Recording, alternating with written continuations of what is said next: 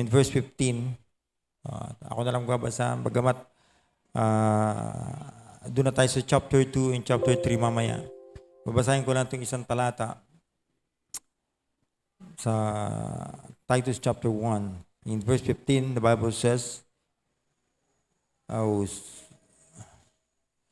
unto the pure all things are pure, but unto them that are defiled and unbelieving is nothing pure, but even their mind and conscience is defiled. No? Tayo po sandaling pumikit at manalangin.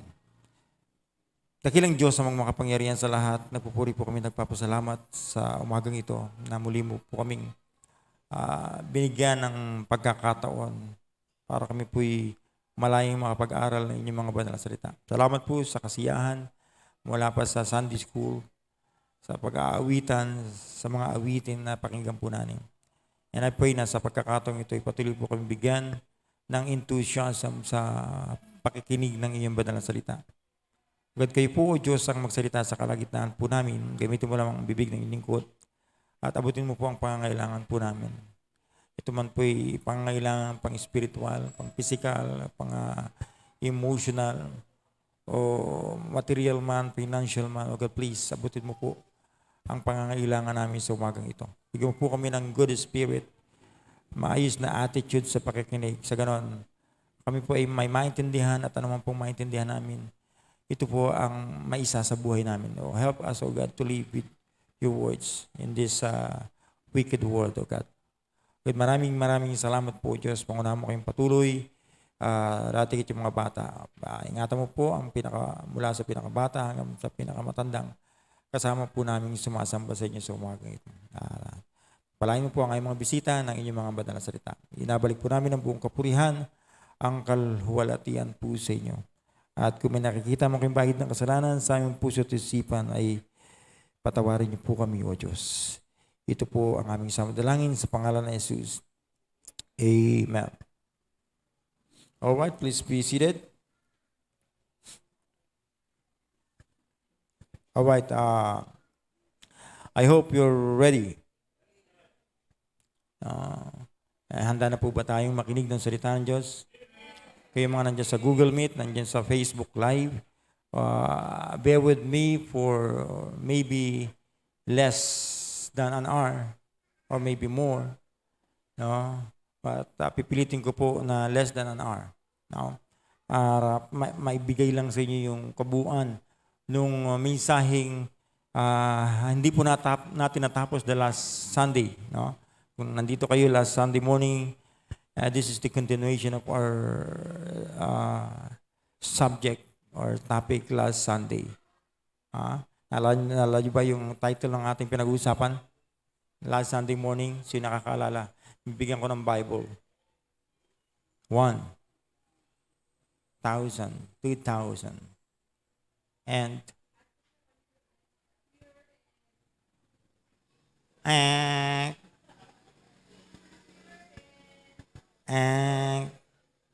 a pure and a pure. Tama naman na sana eh. Kung tinignan mo lang yung talata, yung text natin nandun na yun eh. Pure hearts and minds demands. Pure hearts and minds demands. Anong demands ng pure hearts and minds? Number 1, honesty. Honesty is always the best policy. Then the second thing, obedience. A pure hearts and minds demands obedience. No, lalo na sa inyong mga anak, wala kayong ibang responsibility sa inyong tahanan kundi sumunod sa inyong magulang.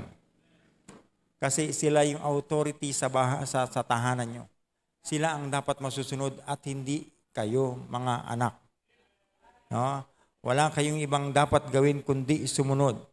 Paano, Pastor, pag inuutusan na po kami ng hindi maganda ng tatay ko, ng nanay ko, pag hindi maganda, sabi ng Biblia, children, obey your parents in the Lord.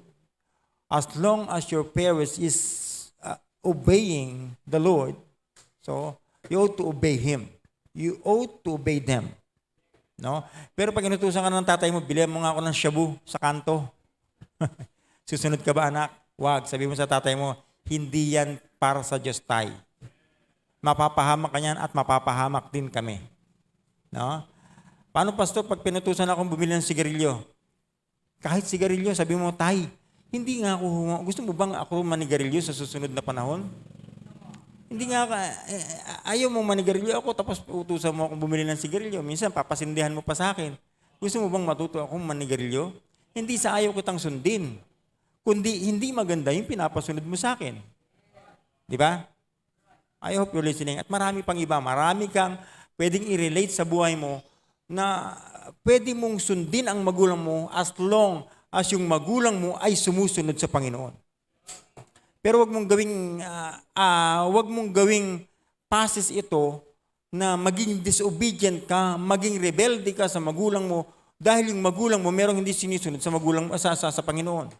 Hindi yan magbibigay sa iyo ng pases o ng approval, ng authority para ikaw ay sumuway sa magulang mo. All right? You ought to obey your parents all the time, children. Amen. Amen. Hanggat yung inuutos sa iyo ng magulang mo ay kaya mong gawin at hindi nakaka-defile sa iyo, hindi makakasama sa iyo, hindi makakakurap sa iyo, sundin mo ang magulang mo. Amen. Yan ang ating because pure hearts and mind demands obedience. Amen. Not only honesty but obedience. Here's another two things. No? Pure hearts and minds demands righteous living. Dito tayo medyo magpapakit ng may matagal-tagal. No? Righteous living. No? Righteous living is a product of a pure hearts and mind. No? Ganun lang kasimple yun. Pag meron tayong maayos na kaisipan, maayos na puso, magbubunga ito ng matuwid na pamumuhay. Yun lang naman yun eh. Righteous living is, sa Tagalog transliteration ay matuwid. Righteous nga eh, matuwid. Matuwid na pamumuhay. No? Pag meron kang maayos na kaisipan, may maayos kang puso, ay mamumuhay ka talaga ng matuwid. I hope you're listening. Kaya nga sabi ni Paul kay Titus, no? Of course, para sa mga hindi nakakuha ng background ng letter na ito ni Paul, o kung hindi nyo gaano familiar si Paul o si Titus. Si Titus ay disciple ni Paul, ni Apostol Pablo. Yung last apostle. Hindi si Kubuloy ang last apostles. Paul's apostles, Paul's prophet na yon. No? Kasi ang last apostles is si Apostle Paul. Siya lang. Siya na yung wala nang sumunod na apostle maliban kay Apostol Pablo. At itong si Titus ay bunga ng kanyang ministry. At siya yung nag-send out kay Titus sa Crete. No? At sa Crete, maraming churches doon na binigyan niya ng authority si Titus para i-oversee yung mga churches sa Crete. No? So, at kaya itong sulat na ito ay pastoral epistle ni letter ni Paul para kay Titus as a preacher, as a young pastor. Or as a pastor, hindi na siya young pastor katulad ni Timothy. No, marami na siyang pinagpapastoran. No, kaya ito makakakuha tayo mula sa exhortation ni Paul kay Titus nang ia-apply natin bilang Kristiyano. No? Yun lang binasa nating text ano na yun payak na yun para isabuhay natin. Kaya nga sabi ko, a pure hearts and mind demands not only honesty but also obedience. Amen. And not only obedience but also righteous living. Kaya sabi niya sa chapter 2, but speak thou the things which become sound doctrine. Magsalita ka ng bagay na magiging healthy teachings, healthy doctrine. Yan ang ibig sabihin nun. So dapat makukuha yan ng tao sa iyo kasi ang ating ang tema is my family, my disciples. Of course, pagiging disciple para maging maayos kang discipler one day, kailangan mo maging maayos na disciple ngayon. Amen. So this time kinakausap tayo ni Paul kung paano natin i-adapt yung mga bagay na binibigay niyang encouragement, exhortation kay Titus na pwede nating i-apply sa ating buhay. No? Kaya tulad niyang a righteous, pag meron tayong matuwid na kaisipan, matuwid tayong puso, ang demand niyan ay righteous living. No? Sabi niya sa verse 1, but speak thou the things which become sound doctrine, that the aged man be sober. Pag sinabing sober, it means circumspect, vigilant. No? Pag sinabing vigilant, ang implikasyon ng salita niyan is watch for a possible danger. No magiging mapagmasid ka, yun ang pagiging vigilant eh. Magiging mapagmasid ka kasi merong possible danger na paparating. No? Alam naman natin na ang danger lang sa buhay ng Kristiyano ay yung magoyo tayo ng dyablo para gumawa ng kasalanan. I hope you're listening. Kaya nga sabi niya, kayong mga matatanda, the aged men, yung mga hindi lang matanda in the sense na matanda, kundi yung may kinatandaan. No, yung nag-matured na Kristiyano sa loob ng iglesia, the aged men be sober. Alright? Sabi diyan, grave. When you say grave, it means honorable, honest. No? Dapat hindi ka lang mapagmasid. Dapat kilalanin mo yung kaaway. No? Hindi lang ikaw mapagmasid na hindi mo kilala yung kaaway. Minsan yung kaaway mo, parang tingin mo sa katabi mo, kaaway mo. Wala tayong kaaway dito sa loob ng church. Ang kaaway natin yung hindi mo nakikita, pero nasa tabi mo rin. Yan yung dyablo. No, nandyan lang sa tabi mo, kita mo maya-maya, iniihipan niya yung mata mo. Ngayon, kaya pupungay-pungay na. No? Hindi mo siya nakikita, pero iniihipan niya yung mata mo. Kaya gagano-gano yung mata mo ngayon, no? No? Hanggang maya-maya, pipikit ka na yan. Pag pikit mo, ang gagawin niya, bubuhol-buholo niya yung pilik mata mo. Hanggang maya, gaganyan-ganyan ka na niya. Ngayon, medyo sumasang-ayon ka pa. Ganun-ganun. Pero pag gumanong-ganong ka, wala, kontra na yan. No? So, be sober. Sabi diyan, that the aged man be sober, grave, be honorable, be honest. Ayan naman ang una nating punto eh. Honesty. A pure heart and mind demands honesty. So, be sober, be grave, temperate. When you say temperate, it is self-control. Self-control. Yan ang ibig sabihin niya. Yung marunong kang magtimpi sa sarili mo. Yung tipo bang galit na galit ka na pero nakokontrol mo pa rin. Yung inis na inis ka na pero nakokontrol mo pa rin. Yun dapat yung mga aged men. Of course, sinabi din yan sa mga women. No, sa maturing women, maturing Christians, both men and women. No, kinakailangan nating maging temperate. Magkaroon tayo ng self-control. Huwag natin i-defile yung sarili natin dahil sa kawalan ng self-control. I hope you're listening. Amen. Then sabi niya,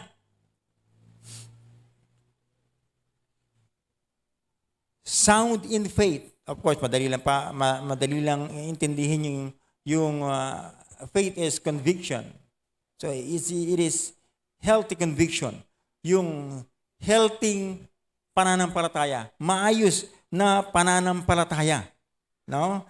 Then in charity. Sa pag-ibig, pagdating sa pag-ibig, walang tinatangi na iniibig. No? Of course, ang tangi lang nating pag-ibig dapat ay ang Diyos. Pangalawa sa Diyos, yung ating misis ng ating husband. Tanging pag-ibig yan eh. Yan yung binigay sa atin ng ating Diyos eh. No? At sa pamilya, of course.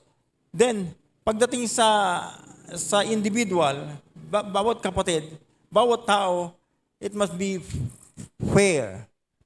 No? Dapat pantay-pantay yung pagtrato natin pagdating sa pagmamahal, in charity. No? Kita mo sa atin, meron tinatawag na sa ating gawin, Philippine Charity Sweepstakes. In National Charitable Institution of the Philippines. No? Pero pantay-pantay nga ba ang pagtrato sa lahat? Of course not. Kasi hindi yung charity na sinasabi ng Bible. No? Pag wala kang kakilala doon na para makakuha ka ng pondo, hindi ka makakakuha ng sapat na pondo na kailangan mo. No?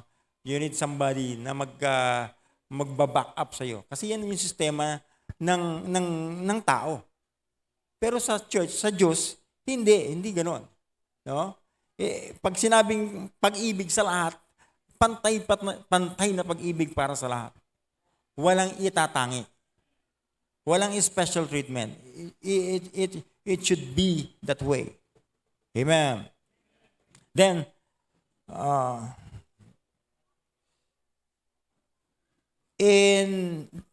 nawala yung aking in patience. Of course, patience is endurance. No? Patience is endurance.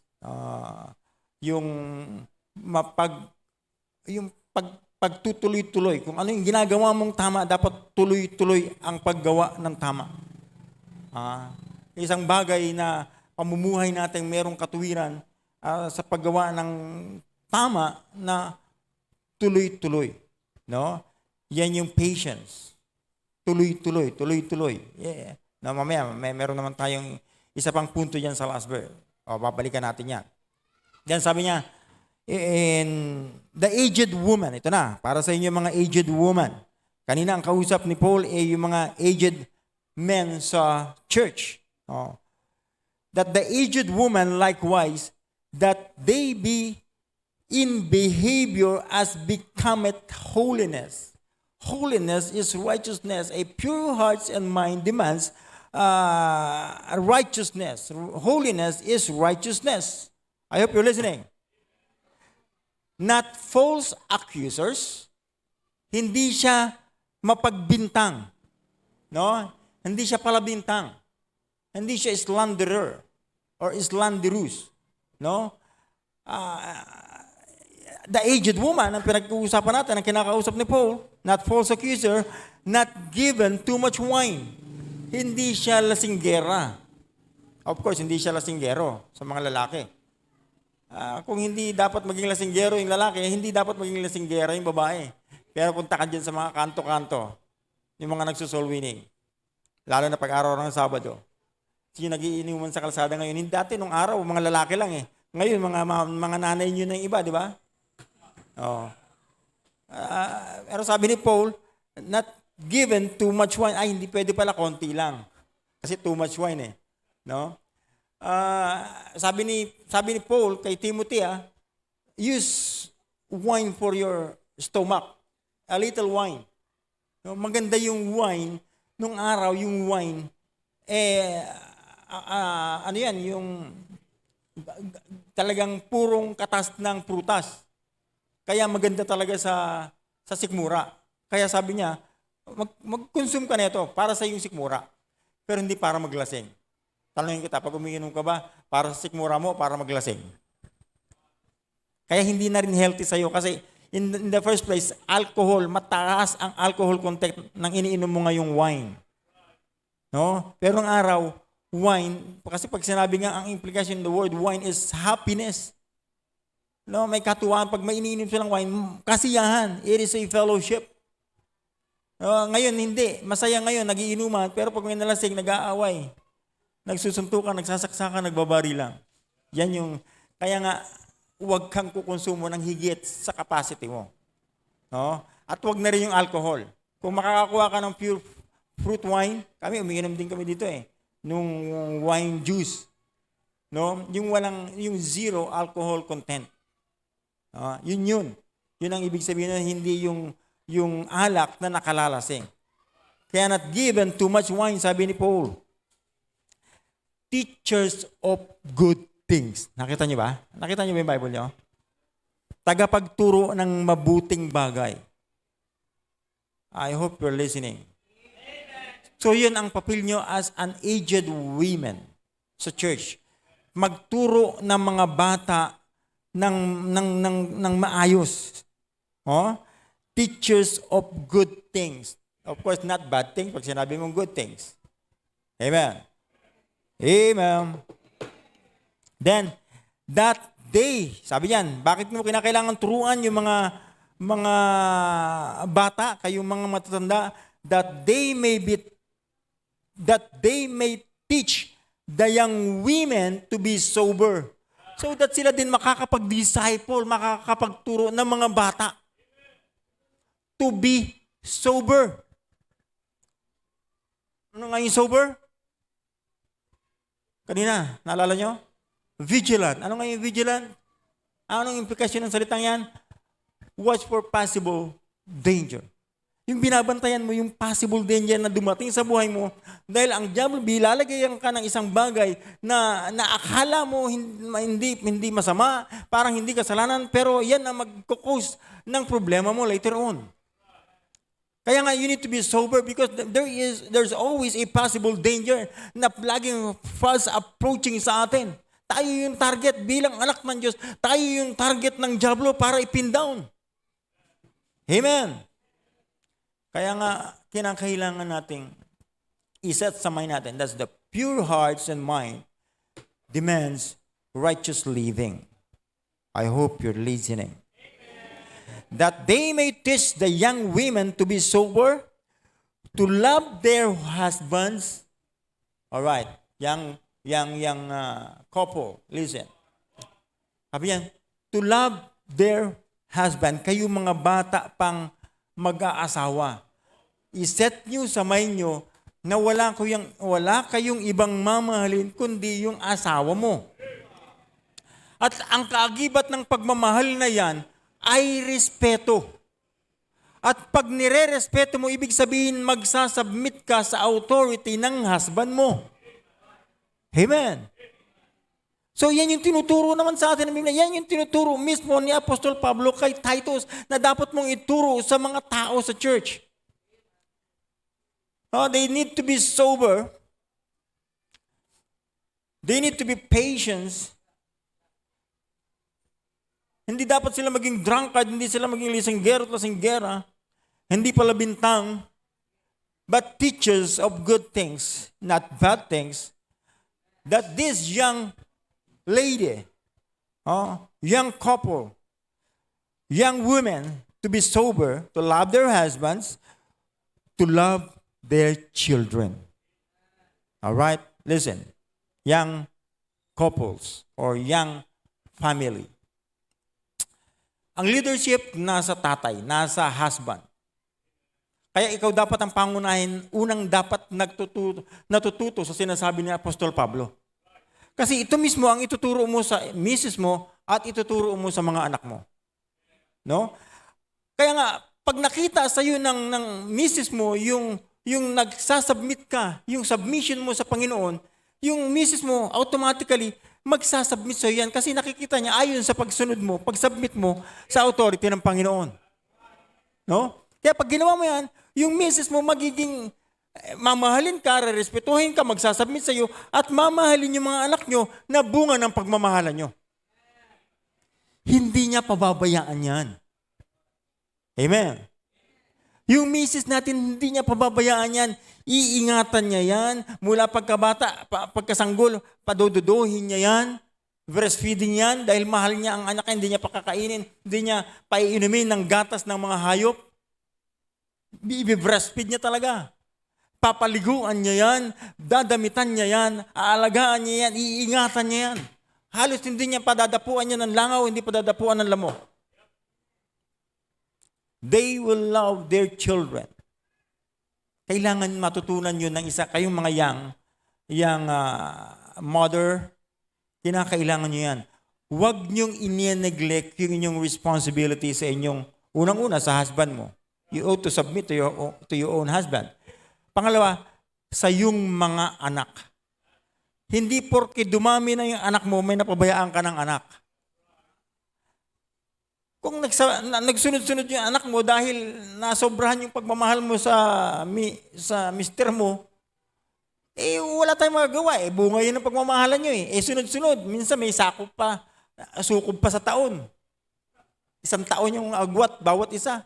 So be it. Nagkaroon kang 3, 4, 5. Wag mong ini-neglect porque panganay. Gusto mo nang maging panganay. Ikaw meron ka na kaagad tagalaba. 5 years old pa lang yung panganay mo. Alagain pa din yun. Kaya aalagaan mo yan bago ka mag-ayos ng sarili mo. Situate na maayos yung iyong mga anak. Maayos yung sinuot ng mister mo, hindi parang hinugot sa pepet ng kalabaw.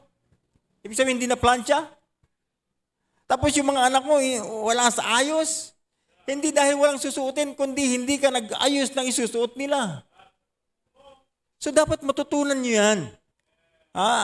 Young mothers, matutunan niyo yung pag-aasikaso sa husband niyo, pag-aasikaso ng kailangan ng iyong mga anak. Ikaw ang magpapakain dyan, ikaw ang magluluto para kakainin nila, ikaw ang mag-prepare ng isusuot nila, ikaw magpapaligo dyan, lalo na kung mga babae ang anak mo.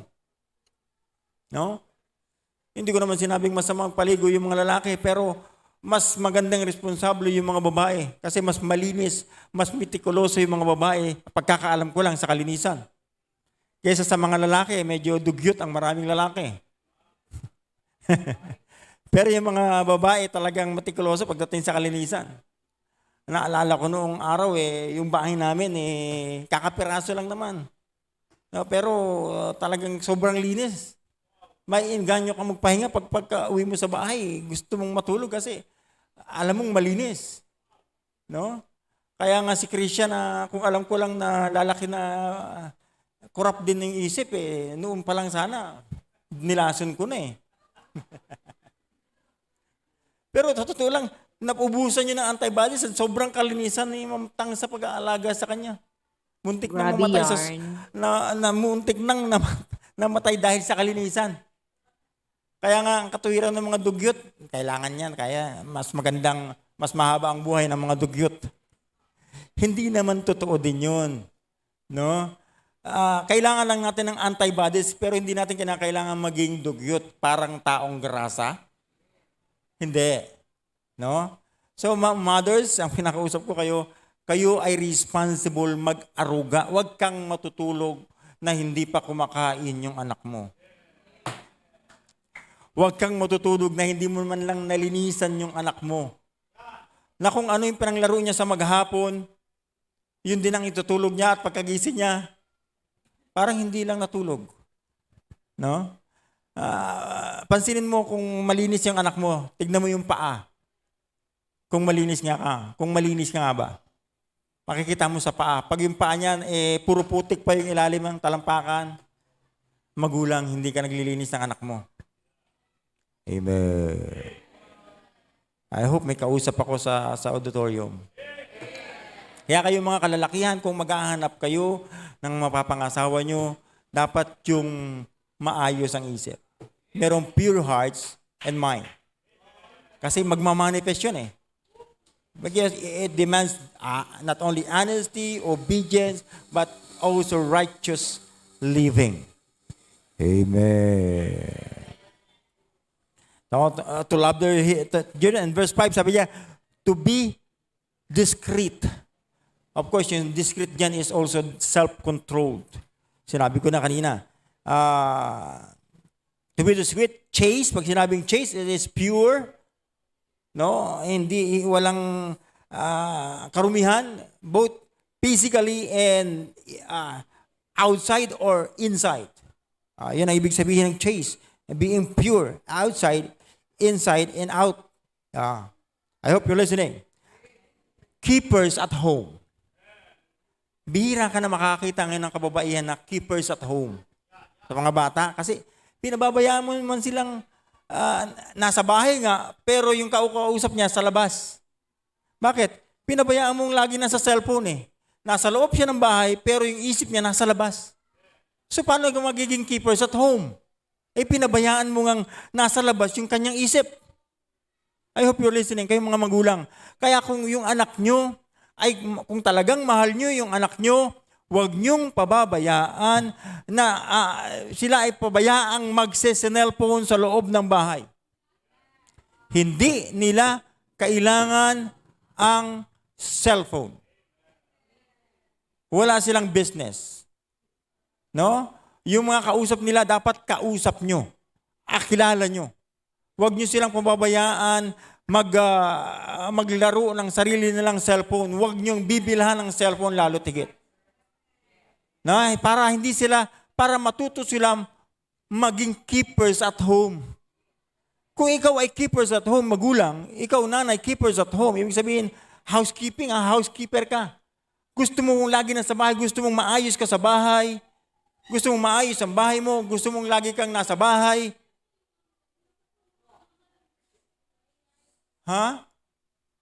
Kung gusto mong maging maayos, gusto mong maging maayos yung mga anak, maging maayos ka. Amen. Amen. So I hope nakikinig po tayo.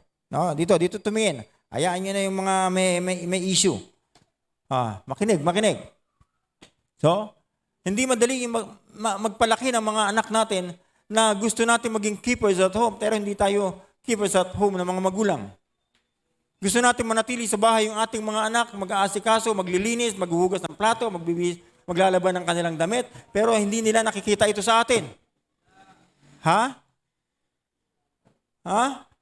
Kung hindi nila nakikita ito sa atin, paano natin ito ituturo sa kanila?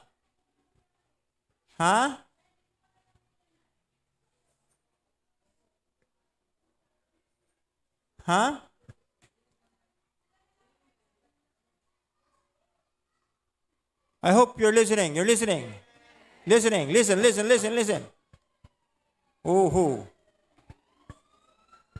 So may nasusunog. Mukhang nananay yun. Panalangin natin na huwag naman maapektuhan. Okay.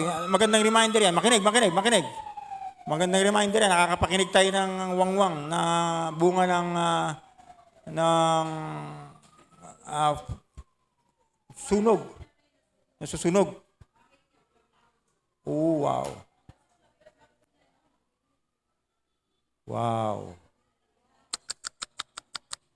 All right. Wow. So, let's pray. Ayan yung warning sa inyo, mga bawat isa sa atin. Mayayamang yung puntos natin, keepers at home. Kasama yan sa ikikip mo. Yung keepers at home, safety conscious. Alam mo yung bagay na dapat pwedeng katulad ng makasunog ng bahay mo. Anong ang pwedeng makasunog ng bahay? Apoy at saka faulty wiring. So huwag ka mag-iiwan ng nakasaksak na appliances na hindi ginagamit. Huwag ka mag-iiwan ng apoy habang nagluluto ka. Di ba? So, we need to be keepers at home.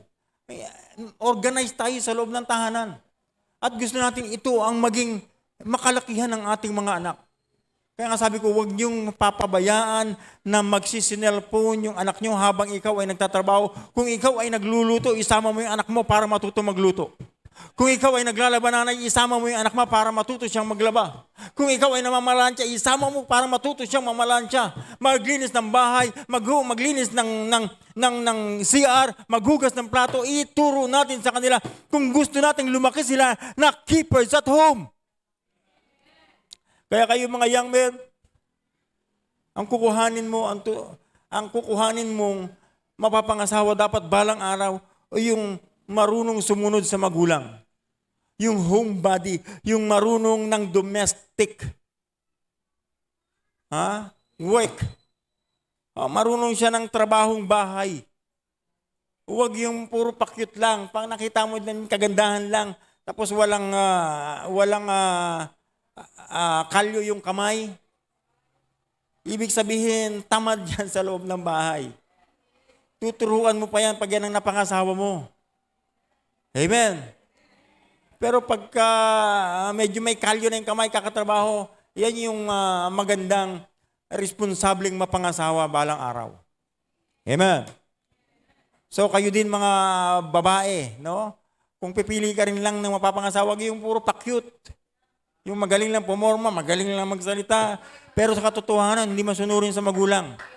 Tamad sa bahay. Hindi mo makakain yung kakyutan at kapugian yan. Pag ginutom ka na yan, mumurahin mo din yan. Sisipahin mo yan, sabihin mo, magtrabaho ka naman para makakain tayo. Oh. So wag kang titingin sa kakyutan ng kung sino man. Dapat makita mo yung kasipagan niya, yung karesponsable na tao. Amen. So ito ang tinuturo ni Apostol Pablo kay Titus. I-check mo, ito dapat ang matutunan ng mga Kristiyano sa loob ng church. Na not only keep us at home, good, of course, good is very good. Just goodness. Ibig sabihin, mabuti. Obedient to their own husband. Masunurin sa kanyang sariling asawa. Ha? Ibig sabihin yan, submissive sa kanyang asawa. Hindi laging kontrapelo sa asawa niya. No? Masunurin. Supportive sa kanyang asawa. Of course, hindi naman laging perpekto yung asawa niyong mga lalaki. Hindi kami laging perpekto. Kaya kayo nandyan, kaya kayo nilagay ng Panginoon dyan para maging aid namin, maging assistant. Do kami yung leader, kayo ay assistant. Pag kami may namimiss, kayo ang nagpapaalala ng namimiss namin. No? Pero tandaan nyo, hindi kayo yung leader. Siya pa rin yung leader. Na kinakailangan mong maging masunurin. Yun yung sinasabi ni Apostol Pablo. Obedient to their own husband or husbands. Amen. Parang ayaw nyo nun, mga mothers or wife. Ayaw nyo ba nun? Hindi sila makasagot. Ayaw niya nga siguro nila. No? You need to be obedient to your own husbands. That's biblical. Huwag kang matakot magsumunod, mag-submit sa iyong asawa. Siya ang leader ng iyong tahanan. Amen. Amen. Then, sabi niyan, bakit kailangan maging obedient to their own husband? That the word of God be not blasphemed. Hindi mawalan ng kabuluhan yung salita ng Diyos. Hindi maisa-isang tabi yung salita ng Diyos. Kaya kinakailangan mong sumunod sa iyong asawa. Amen. Sabi niyan, sumunod na talata in verse 6, young men, likewise. Kayo din mga young men, makinig. Exhort to be sober-minded. Exhort to be sober-minded. Ano nga ulit yung sober-minded? Yung pagiging sober, vigilant, or watch for possible or danger. He is watchful for possible danger. No? Kinakailangan mo, young men, na maging sober. Maging sober-minded. Maingat talaga. Mapagmasid. Ikaw dapat ang pangunahing nakaka-absorb ng possible danger sa loob ng tahanan. Kaya very applicable yung team natin na yan. My family, my disciple. Tayo ang dapat unang nakakaalam nung umaatake na kaaway ng Diyos sa atin o sa buhay natin bilang mananampalataya, bilang leader ng tahanan. Amen. In all things, sabi niyan, young men, kayong kinakausap ni Apostol Pablo, in all things showing thyself a pattern of good works. Ikaw ay merong magandang halimbawa ng anumang klaseng mga trabaho, anumang klaseng mga gawa, in doctrine, showing uncorruptness, gravity is honesty, and sincerity. Sincerity. May purong kaisipan, may purong puso. Amen. Sound speech, sabi niya ni Paul, sound speech, Ibig sabihin, sound speech is unblameable words. Pag ikaw ay nagsalita, walang maipipinta sa'yo. No? Bakit? Alam mo yung sinasabi mo at tama yung sinasabi mo at ginagawa mo yung sinasabi mo. I hope you're listening. Yan yung ibig sabihin ng sound speech. Then, that cannot be condemned. Sound speech that cannot be condemned. Hindi ka pwedeng hatulan, hindi ka pwedeng pasubalian. No? That he that is of the contrary part may be ashamed. Kasi pagkabalik na nun, kahiyahiya. Having no evil thing to say of you. So pagka naging maayos ka naman, walang masasabing masama sa'yo. Amen. I hope you're listening. Amen. Young men or adult, aged men, we need this. We need this. Sa pagdi-disciple, we need all this thing. I hope you're listening. Para hindi maging kahiyahiya yung sinasabi natin. Dapat kung ano yung sinasabi natin, yun talaga yung buhay natin. Amen. Amen. In all things, showing himself upon good works, in doctrine, showing uncorruptness, gravity, sincerity, sound speech, that cannot be condemned, that he that is of a contrary may be ashamed, having no evil thing to say of you. Exhort servants to be obedient unto their own masters. Of course, sa mga nagtatrabaho, you ought to obey your master, sa inyong mga employer. Huwag rebelde sa employer. Hindi yung sasama ng union para magrebelde. In fact, yung union na yan, ginagamit ng mga kakaliwang grupo, mga leftists, ibig sabihin, mga communist mind people, mga NPA, ginagamit yan para magrebelde sa company. At pag sumali ka dyan, kasama kang rebelde at hindi pinapaboran niya ng Diyos. Rebellion is always of the devil. Huwag tayong sasama sa mga grupo na nagre-rebelde sa anumang institusyon, sa government, sa church, o sa family. Huwag tayong maging rebelde. Naalala niyo kung kilala niyo yung isang estudyante ng UP na mayroong na-recruit ng mga NPA na ngayon rebelde na, nasa bundok na. Bakit? Nakurap yung mind ng mga communist ideology. No, kaya nga tayong mga magulang, kailangan natin ng salita ng Diyos. Kasi ito yung ating pattern ng pagtuturo sa kanila. Amen. Kailangan nating magturo sa kanila ng biblical teachings. Amen. Amen. So, makinig tayo. Matuto na tayo sa sinasabi ni Apostol Pablo bago mahuli ang lahat. Amen. Sabi diyan, exhort servant to be obedient unto their own master and to please them well in all things, sa lahat ng bagay. Not answering again, no? Hindi answering back, hindi pala sagot, hindi nga talaga, hindi rebelde. Not purloining. Alam mo yung purloining? Yung purloining, ibig sabihin yan is embezzled. No, hindi siya nangungupit. Mapagkakatiwalaan siya kung siya ay empleyado, magkapagkakatiwalaan siya ng boss niya. Kahit sa maliit na halaga. Kaya yan naman ang Panginoon, di ba? Yan yung tinuro niya sa kanyang mga disciples, sa kanyang mga apostles. Yung maging mapagkatiwalaan. Amen. So, ganun din. Kung tayo man ay magtatrabaho, dapat mapagkakatiwalaan tayo. Kung tayo man ang anak, dapat mapagkakatiwalaan tayo ng ating magulang. Kung tayo man ang magulang, dapat mapagkakatiwalaan tayo ng Diyos. Amen.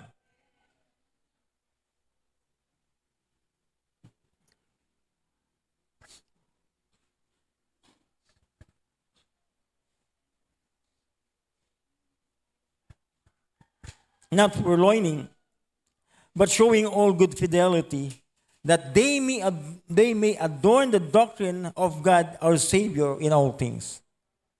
So that, tignan nyo kung paano yun, pagka tinuro natin lahat yon sa ating pamilya na lang, sa ating disciples. So, pag tinuro natin lahat yung itinuturo ni Apostol Pablo kay Titus, na itinuturo ni Titus sa kanyang mga church members. Kung kukuhan lang natin yun, tayo yung magtuturo ng sa ating pamilya, sa ating mga tao, na ito rin yung ituturo nila sa mga tao sa labas. I hope you're listening. So dadami yung disciple natin, dadami yung merong kaisipan na may Diyos sa kanilang kaisipan. Dadami yung taong may Diyos sa kanilang kaisipan. Yun yung ating mga disciples. Amen. Kaya nga, a pure hearts and mind demands righteous living. We need to live holy. Sabi ng Panginoon, be ye holy for I am holy. Ganun lang kasimple. No? Para mamuhay tayong merong kabanalan sa ibabaw ng lupang ito, isipin natin mabuti na meron tayong Diyos na banal. Amen. Amen. Again, a pure heart and mind demands honesty, obedience, and righteousness or righteous living. Number four, and last. A pure heart and mind demands discipline. Discipline. In chapter 3, starting in verse 5, abisayin ko ng mabilisan. Not by works of righteousness, which we have done, but according to His mercy, He saves us by the washing of regeneration and renewing of the Holy Ghost. Of course, naligtas tayo hindi dahil sa mabuting gawa natin, but it's the works of the Holy Spirit in our lives. No? Nung tinanggap natin ng Panginoon, nagkaroon tayo ng bagong buhay, mga bagong kaisipan dahil sa pagkilos ng Banal na Espiritu sa buhay natin. Sabi niya sa verse 6, which He'll shed on us abundantly through Jesus Christ our Savior, that being justified by His grace, we should be made heirs according to the hope of eternal life. This is a faithful saying, and these things I will that thou affirm constantly, that they which have believed in God might be careful to maintain good works. That's discipline. These things are good and profitable unto men. Sabi niya sa verse 14, and let us also learn to maintain good works, for necessary uses, that they be not unfruitful. It takes discipline to maintain good works. Para makapag-maintain tayo ng good works, it takes discipline. And to maintain good works, kailangan mo ng discipline, at pag nagkaroon ka ng discipline, ang tawag dyan ay character. Paggawa ng mabuting tuloy-tuloy, yan ay character. Di ba? Kabisado ng mga nagbalikatan. What is character? Walang nagbalikatan. Continuously doing what is right. Tuloy-tuloy na paggawa ng tama. Ang tanong ko, bakit ka huminto sa paggawa ng tama, anak? Wala ka pa rin bang character ngayon? Ha? Wala pa rin character? Ibig sabihin, wala ka pa rin discipline. That's why you need a pure heart and mind. Because a pure word in mind demands discipline. It takes discipline to maintain good works. It takes discipline to maintain good listening attitude. Para makapakinig ka ng maayos, it takes discipline. Kahit inaantok ka, gigisingin mo yung sarili mo, di ba? Minsan nga, pag inaantok ka, sinasampal-sampal mo pa ang sarili mo eh. Pero pag umupo ka dyan sincerely at natulog ka, and that's not discipline. Ang tawag dyan ay undisciplined. Undisciplined attitude. Pero hanggat meron kang desire makinig, you have a good listening attitude, by all means, makikinig ka dahil gusto mong may matutunan. Kaya ka natutong sumupo ng maayos, that's discipline. Yung pag-upo ng maayos, habang nakikinig, that is discipline. Amen. Pero yung magpakangkang kanyang halos Pag umupo ka, parang matutulog na. Amen! Ang tawag yan ay undisciplined. Ha? So, it takes discipline to have a good listening attitude. Amen. It takes discipline na kailangan mong magkaroon ng disiplina para ikaw ay umupo ng maayos. Hindi lang umupo, tumayo ng maayos, magsalita ng maayos, manamit ng maayos. Di ba? Kung ikaw ay disiplinado, magdadamitan mo ng maayos yung sarili mo kasi clothing is covering. Di ba? Yung damit, dinisign ng Diyos yan, pang-cover sa balat natin. Para pagka mainit, hindi tayo direktang tatamaan ng sunlight. Kasi covering. No, baliktad yung prinsipyo ng sanglibutan. Kasi mainit, kasi maguhubad, kaya tupis na lang ang tinitira. Ang tawag doon ay nakedness, kahubaran. And nakedness is sin. No, clothing, pag meron kang discipline, i-cover mo yan. Amen. Hindi mo i-display. In the first place, hindi naman yan for sale. Yung for sale, nakalatag dun sa palengke kasi for sale yun. Pero yung legs mo, for sale ba? Hindi naman. So, kino-cover yan. Yung cleavage mo, for sale ba yan? Hindi naman. Kaya kino-cover yan. Amen. And it takes discipline to do that. Amen. It takes discipline para tanggalin mo yung hikaw mo kung ikaw ay kalalaking tao. It takes discipline. Kasi yung hikaw pang babae lang yan. Maliban na lang kung bayot ka. Oh. It takes discipline para tanggalin mo yan. Amen. It takes discipline para ikaw ay magkaroon ng maayos na gupit kung ikaw ay lalaki. Kasi ang gupit ng lalaki, ang alam ko, ay maayos. Sabi ko, dinefine ng Panginoon yan si Paul din nagsabi, yung mahabang buhok, kahiya-hiya sa lalaki. Sa babae, glory kasi covering to, parang veil. Tama ba? O veil. Pagbabaliktad ko yung B na yan sa V minsan No? Yan yung it takes discipline para gawin mo yan. Para magpahaba ng buhok, ay mainit. Ayaw natin ng mahabang buhok sa mga babae, di ba? Ayaw nyo. Sa lalaki, of course, ayaw natin magpahaba kasi mainit. Di ba? It takes discipline to do that. That's why it takes discipline para magawa mo yung bagay na maayos sa sarili mo. It takes discipline para ikaw ay maging masunurin sa batas ng trapiko. Amen. It takes discipline para ikaw ay maging maayos na estudyante. Hindi lang ng PSS, lahat ng school. Amen. It takes discipline para ikaw ay maging maayos na driver. Amen. O ikaw, it takes discipline para ikaw ay maging maayos na commuter. Yung nagko-commute. No? Ngayon, parang hindi na uso yung discipline sa loob ng sasakyan ng private, ng public utility vehicle. Wala silang pakialam kahit may nakatayong matanda. Nung araw, ingat na ingat kami dun Pag may nakatayong matanda, lalo na sa bus, nung araw pa yung tayuan sa bus na yan Pero pag may bagong sakay na matanda, ikaw nakaupo, lalaki, papaupuin mo yung matandang babae.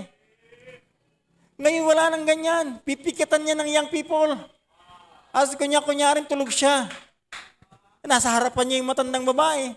Minsan buntis pa, wala siyang pakialam. But it takes discipline to do that. Amen. It takes discipline to do that. That's why a pure heart and mind demands discipline. A pure heart and mind demands discipline. While discipline demands habitual obedience. Now, ulitin ko. A pure heart and mind demands discipline, while discipline demands habitual obedience. Yung maging habit mo na yung sumunod sa tama. Amen. Yung pag naging habit mo na yung sumunod sa tama, ibig sabihin yan, meron kang purong kaisipan, meron kang purong puso. Amen. Amen. Kaya nga magmamanifest yan, magmamanifest sa iyo yan, magmamanifest to sa atin ng isang klaseng buhay na merong disiplina. At yung disiplina, ang dinidibas, para ikaw maging disiplinado, ay habitual obedience. Ikaw ay nasanay ng sumunod. Pag alam mong tama, sinusunod mo. Amen. Young men, makinig ka sa akin. Or young people, both men and women. Ilang beses mo nang narinig dito sa pulpito, pag hindi ka pa mag-aasawa, huwag kang mangliligaw. Yan. Para na namang sinisilihan yung pet mo. Ako na naman. Ikaw naman talaga. No? But it takes discipline to do that, to obey this word. No? Kung ikaw ay babae, it takes discipline. Para ikaw ay hindi magpaligaw. Amen. Pag hindi ka pa mag-aasawa, huwag kang manliligaw, huwag kang magpapaligaw, alam mo nang matagal. Ang tanong, bakit hindi ka sumusunod? Wala ka pang habitual obedience. Ang tawag sa iyo ay partial obedience. And partial obedience is always disobedience. Partial obedience is always disobedience. Amen. Kaya nga ang kailangan dito ay habitual obedience. Yung tuloy-tuloy na pagsunod sa tama. And that is character. I hope the message is clear. Brothers and sisters. No? Ulitin ko, a pure heart and mind demands discipline. And discipline demands habitual obedience. Habitual obedience kanino? Una sa Diyos. Habitual obedience sa Diyos. Kung ano yung sinasabi ng Diyos, susundin mo dahil alam mong ito ay tama. Tamang sumunod sa magulang, tama. Tamang magsimba, tama. Ang tunang, ba't hindi ka pa rin nagsisimba pagkaminsan? Tamang manalangin, tama. Bakit hindi pa rin nananalangin? Tamang magbasa ng Bible, bakit hindi pa rin nagbabasa ng Bible? Tamang mag-family time, bakit wala pa rin family time with God? Tamang mag-a-assure ng tao, tama, ba't hindi pa rin nag-a-assure ng tao? Tamang mag-soul winning, bakit hindi pa rin nag-soul winning hanggang ngayon? Kung alam nating tama, ang tanong ko, bakit hindi natin sinusunod? It takes habitual obedience. Amen. Tama bang sumunod sa programa ng church? Church is one of the institution na tinatag ng Panginoon. 3 institution na tinatag ng Panginoon: government, church, and family. Church na tinatag ng Panginoon, merong leader. Tama bang sumunod sa leader ng church? Tama. Ang tanong ko, bakit wala ka pa ring habitual obedience sa leader mo? Kaya nga magpo-fall yan sa smallest institution na itinatag ng Panginoon, sa family. Merong isang leader sa tahanan, isang leader lang ang meron sa tahanan, and that is the father, the husband. Siya lang yung kaisa-isang leader sa tahanan. Huwag natin i-confuse yung ating mga anak na mayroong 2 leader. Isa lang ang leader. Isa lang ang presidente ng Pilipinas. Isa lang. Isa lang ang pastor sa church. Isa lang. The rest, assistant na sa pastor, assistant na, vice president, assistant to the pastor, at assistant kaya nga aid. Ikaw ay kinuha ng Panginoon, nilagay ka ng Panginoon, binigay ka sa asawa mong lalaki para maging aid. Maging assistant. Hindi maid, ha? Mga husband, hindi maid. Hindi katulong, kundi assistant. Yung mga namimiss mo, siya yung nagpapaalala sa'yo. Ha? Siya yung personal secretary mo at higit sa lahat, siya yung best friend mo dapat. Sa kanya ka nagsasabi ng lahat ng bagay. Babalik tayo dun sa first point na honesty. It demands honesty. I hope the message is clear. No? A pure heart and mind demands, number 1, honesty. Number 2, obedience. Number 3, righteous living.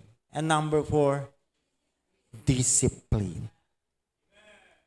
I hope, tignan mo kung ito'y natututunan natin, kung ito ay natutunan ni Titus mula kay Apostol Pablo at natutunan ng mga disciple ni Titus sa church at Crete na dumami nag-scattered abroad, nakarating hanggang sa Pilipinas. Imagine niyo sa dami ng mga Kristiyanong lumalago sana sa doktrinang ito. Marami sanang pamilya ngayon na merong disiplina. Pero magtataka ka sa isang Kristiyanong pamilya, may lalabas na rebelding bata. Bakit? Nawala yung discipline ng magulang. That's why Jesus takes pure hearts and mind. We need pure hearts and mind. A pure heart and mind that demands honesty, demands obedience, demands righteousness, and demands discipline. I hope the message is clear. Amen. Kaya balik po kayo mamayang hapon. Kasi meron tayong guest speaker mamayang hapon. No. Get excited for the afternoon service. No? At 5 o'clock. Be here at 5 o'clock. Pag sinabing 5 o'clock, hindi to 5:30 o 5:10. It takes discipline to come before the time. I hope you're listening. Ulitin ko, it takes discipline to come back before the time. Amen. Kaya I hope and pray na meron tayong natutunan sa umagang ito at darating tayo ng maaga mamaya at hindi late. Pastor, kasalanan po nung nanunundo sa amin, late silang nanunundo. Talagang discipline ang kailangan para sila ay manundo ng maaga. Amen. Amen. Pag wala pa rin ganon, check. Meron na ba akong pure hearts and mind? Pag wala pa, consult the Bible. We need the Bible. We need the Word of God. Ang nagkukulang tayo ay sa salita ng Diyos. Kaya nga sabi ng Panginoon kay Joshua, this book of the law shall not depart out of thy mouth, but thou shalt meditate therein day and night. Day and night, kailangan nating pagbulayan yung salita ng Diyos dahil ito lang magbibigay sa atin ng purong kaisipan at purong puso para makagawa tayo ng maayos para sa Panginoon. I hope the message is clear. Tayong lahat ay tumayo at tayo ay manalangin. Dakilang Diyos amang makapangyarihan sa lahat. Muli po'y nagpupuri kami at nagpapasalamat, O Diyos, sa natapos po naming pag-aaral mula sa inyong mga banal na salita. Thank you so much, O God, for your word. Thank you for the message. I pray na patuloy po itong pagpalain sa puso at isipan ng bawat nakapakinig. O God, maraming salamat po, O Diyos. Ibinabalik po namin ang buong kapurihan, ang kalwalatian po sa inyo. Ito po aming dalangin sa pangalan ni Jesus. Amen.